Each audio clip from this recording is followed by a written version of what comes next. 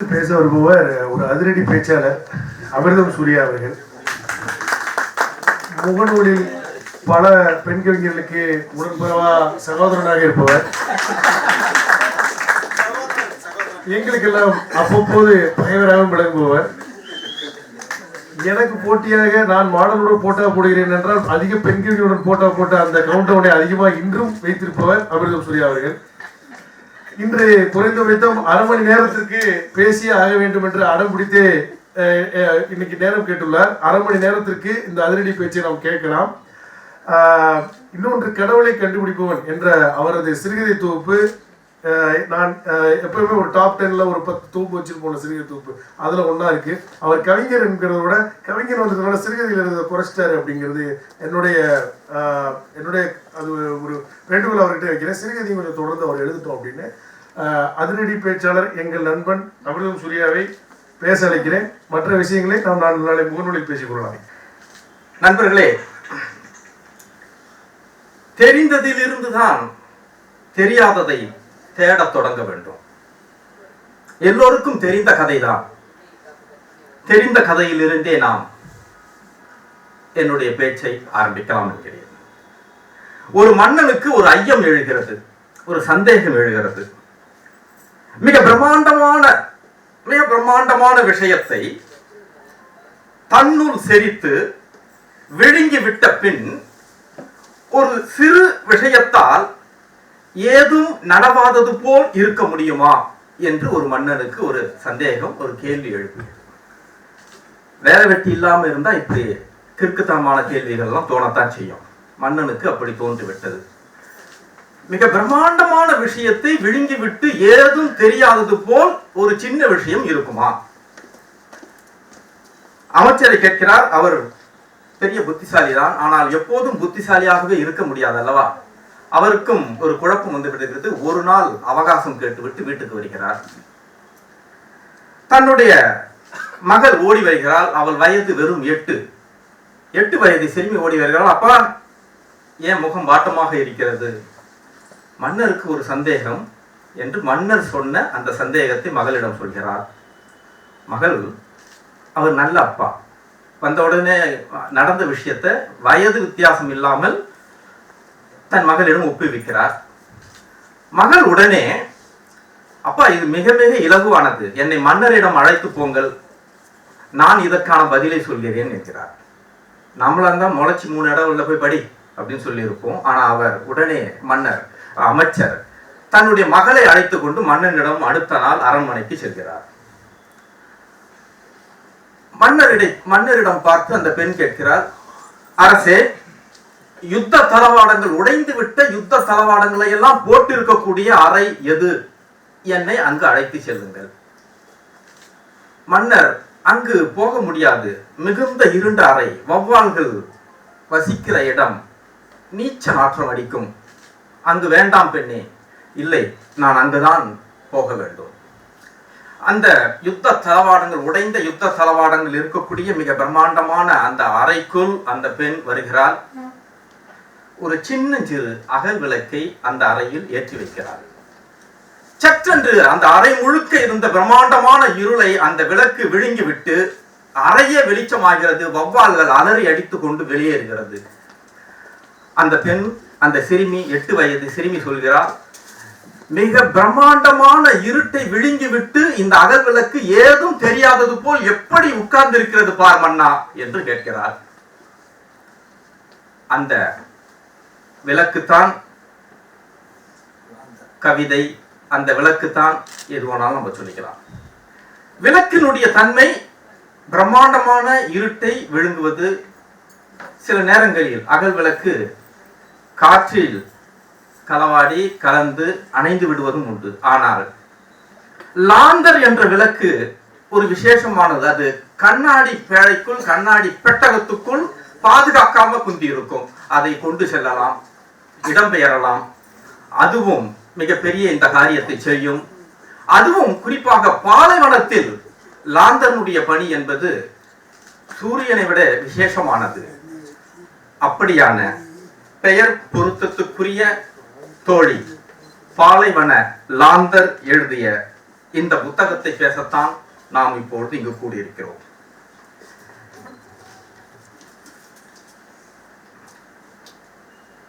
இந்த புத்தகம்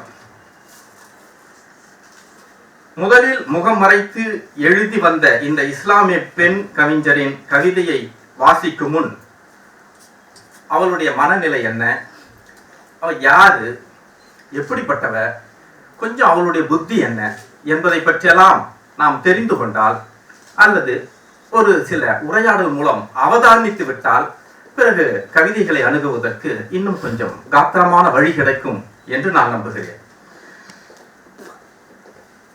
கவிஞனாக சிறுகதையாளனாக இருந்தாலும் கூட பத்திரிகையாளனாக பத்திரிகையில் பணிபுரிவதால் அவ்வப்போது அந்த பத்திரிகை புத்தி வெளிவந்துவிடும். சில சந்தர்ப்பங்களில் நானும் லாந்தரும் கேட்க, நான் லாந்தரிடம் சில கேள்விகளை கேட்க, பாலைவன லாந்தர் சொன்ன பதிலை ஒரு சிறு கண்ணோட்டமாக இங்கு வாசித்து விட்டு அல்லது சொல்லிவிட்டு பிறகு அவர் கவிதை எப்படியானது என்பதை பற்றி நகரலாம். பொண்ணு, சிறுகதை நாவல் எழுதுறது கஷ்டம்னு சொல்லி தானே கவிதை எழுதி ஈஸியா பேர் வாங்கலான்னு முடிவு பண்ணியிருக்க. இல்ல சூர்யா, கவிதை எழுதுறது தான் ரொம்ப கஷ்டம். அப்போனா கஷ்டமான விஷயத்த எளிமையா ஈஸியா தானே சொல்லணும். ஏன் இவளை இறுக்கமா சொல்ற? எந்த பெண்ணின் வாழ்வு இங்கு இலகுவாக இருக்கிறது சூர்யா? இறுக்கத்தின் மேல்தான் நாங்கள் சிரிப்பை பூசி வைக்கிறோம். எந்த நபரும் எந்த வாழ்வும் வெளிப்படையாக இல்லாத போது கவிதை மட்டும் ஏன் இலகுவாக இருக்க வேண்டும் சூர்யா? அட, இலகுவா இருக்க வேண்டாம், கொஞ்சம் பூடகத்தையாவது குறைச்சிக்கலாமே பொண்ணு. தேட வைக்கிறது பெரிய தொல்லையா இருக்கே, புத்தகம் முழுக்க தேட வேண்டியதா இருக்கே. ஆமா சூர்யா, எளிமைக்கு எப்பயுமே மதிப்பு கிடையாது. தேடி கிடைக்கிறதுல தான் இந்த ஜனங்க சொக அடைகிறாங்க. கொஞ்சம் தேடித்தான் பார்க்கட்டுமே. அப்ப சராசரி ஆட்களுடைய வாசலுக்கு நீ போகவே முடியாது. தேவையில்லை. நான் வெகுஜனத்துக்காக கவிதை எழுதல. கவிதை தெரிஞ்ச ரசிக்க தெரிஞ்சவங்களுக்கு மட்டும்தான் கவிதை எழுதுறேன். லாந்தர், உன்னுடைய அரசியல் தான் என்ன? சூர்யா, வலிகளின் அரசியல் தான் என்னுடைய அரசியல். மனுஷ புத்திரம் கூட தான் கவிதை எழுதுறாரு, வலிய எழுதுறாரு. அவர் எழுதாத வலியா? மன்னிச்சுக்கு சூர்யா, அவர் எழுதுறது பொது வலி, நான் எழுதுறது பெண் வலி. எங்கள் வழியை நாங்க தான் எழுதி தீர்க்கணும்.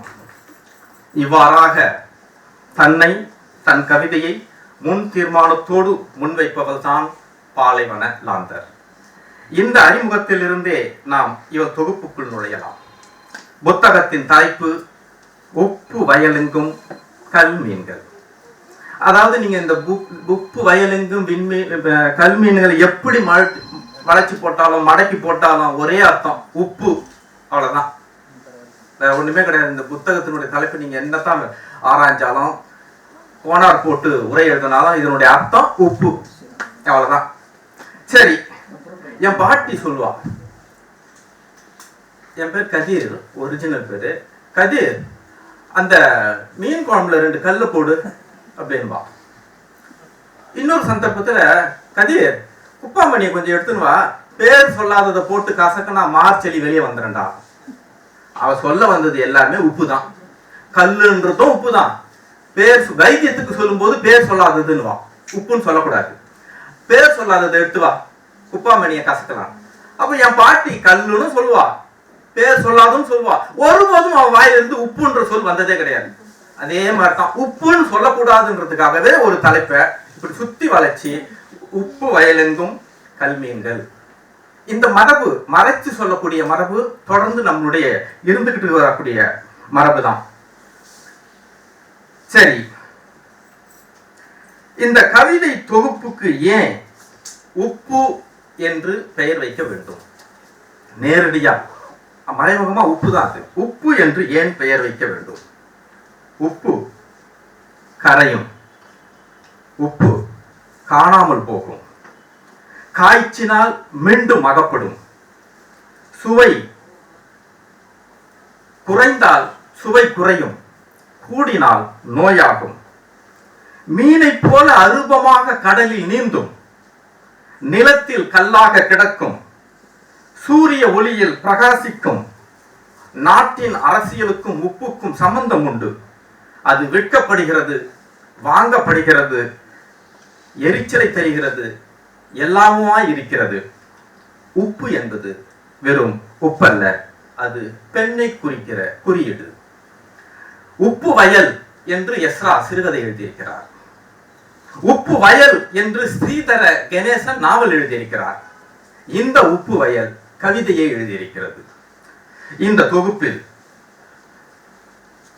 ஒரு கருப்பொருள் ஒரு சினிமா போல, ஸ்கிரிப்ட் போல விரிவாக எழுதப்பட்டும் இருக்கிறது. பல கருப்பொருள்கள் ஒரு மைய நாரை சேர்த்து கட்டது போல் பல விஷயங்களை ஒரே கவிதையில் செய்யப்பட்டும் இருக்கிறது. இப்படியான வகைப்பாட்டில் தான் இந்த கட்டுமானம் அமைந்திருக்கிறது. எனக்கு இதில் பிடித்தது, ஒரு நாரில் பலவிதமான பூக்களை கட்டி வைத்தது போல் இருக்கக்கூடிய கட்டமைப்பான கவிதைகள் தான் என்னை அதிகம் ஈர்த்திருக்கிறது. என்னுடைய ருசி அப்படியானது. வலை அப்படின்ற ஒரு கவிதை. அந்த வலை என்கின்ற கவிதையில் 6 விதமான வலைகளை அவர் பேசியிருக்கிறார். கவிதையை வாசிக்கல, என்ன சொல்லி இருக்கிறார்ன்றது மட்டும் சொல்றேன். 6 விதமான வலைகளை அவர் சொல்லி இருக்கிறார்.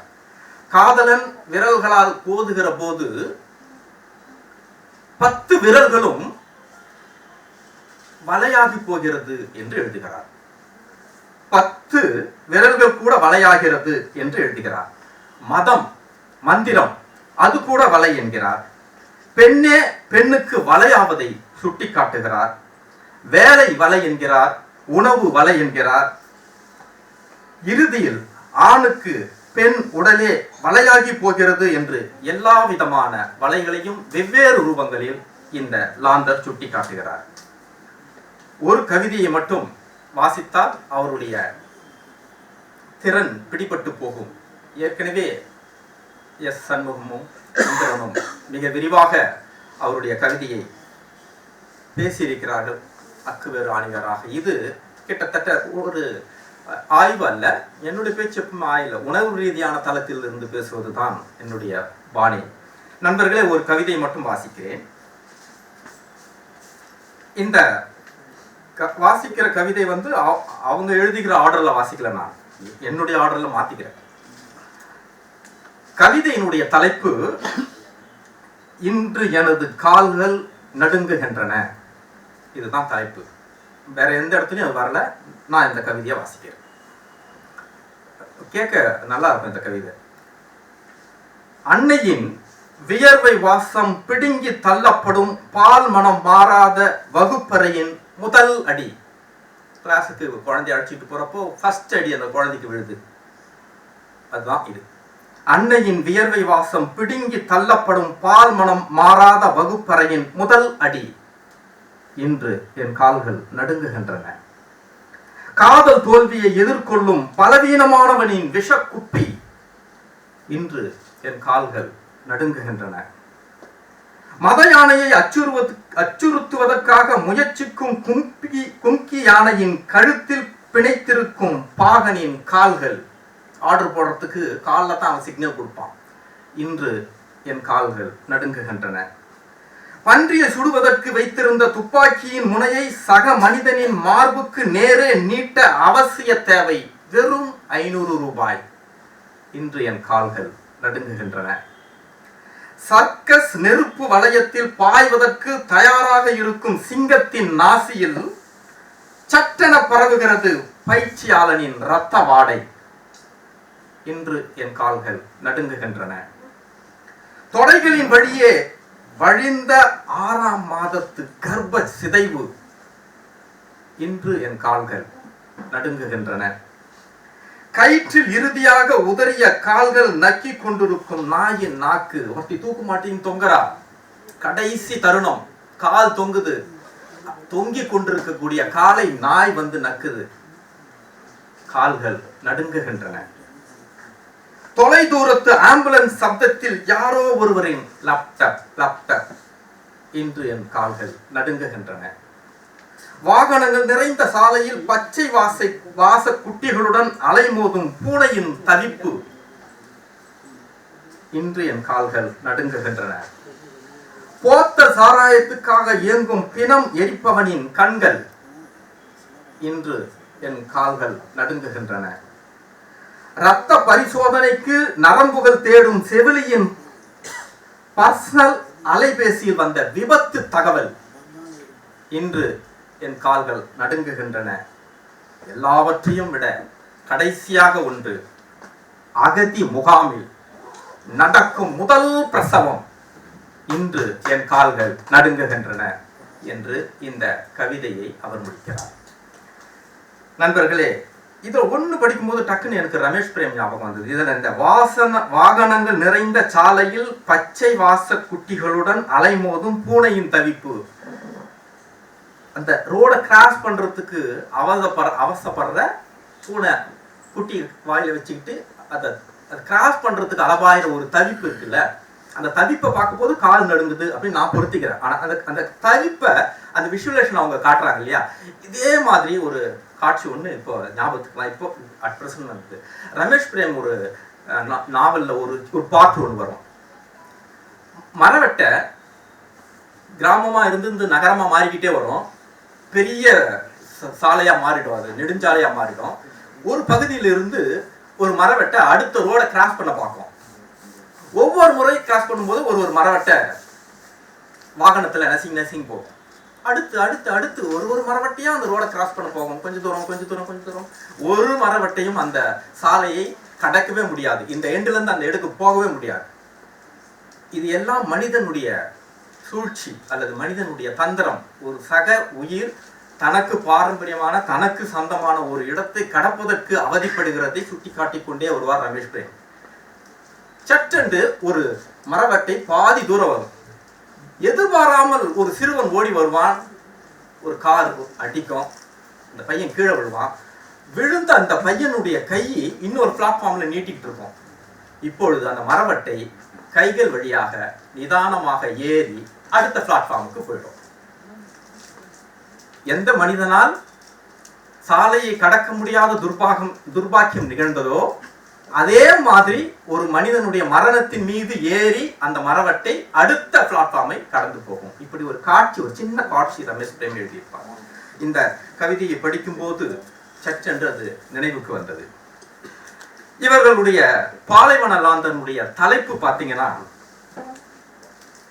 அது கொஞ்சம் தனி மூல வேணும் பாருங்க. பின்னிரவில் நகரும் கரகத்தின் சிறகுகள், விசும்பலின் கொடூர நிழலை தேடும் சர்ப்பம், நெருப்பு கீறும் இன்விசிபிள் DNA. இப்படியெல்லாம் லாந்தர் உங்களை மிரட்டினாலும் அசலான லாந்தர் எளிமையான வரிகள் மூலமும் கவர்ந்து விடுவார். ஏனோ அதை அவர் ஒரு பொருட்டாக எடுத்துக்கொள்வதில்லை. அவருடைய தொகுப்பில் ரொம்ப ரொம்ப எளிமையான ஒரு வரி, காதல் வரி. அது ரொம்ப எனக்கு பிடித்த ஒரு வரி. அந்த வரி பாருங்க, எங்க வேணாலும் சொல்லலாம் போல. இந்த வரி காதலனை பார்த்து காதலி சொல்ற மாதிரியான ஒரு டோன் இருக்கும் இதுல. என்னை கொல்லும் எந்த ஆயுதமும் ஒருபோதும் உன்னை பாதுகாக்காது என்று அவர் எழுதினார். என்னை கொல்லும் எந்த ஆயுதமும் ஒருபோதும் உன்னை பாதுகாக்காது என்ற எளிமையான வரிகள் மூலமாக இப்படி இறுக்கமான வரிகளை எழுதும் பாலைவன லாந்தரை மன்னித்து விடலாம்.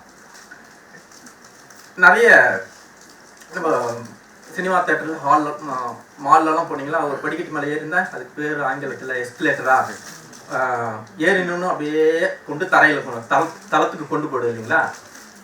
அதை பார்த்தா என்ன எழுதுவோம், அது அவங்க எப்படி அந்த செய் நேர்த்தியை மாத்துறாங்கன்றத சொல்றேன் பாருங்க.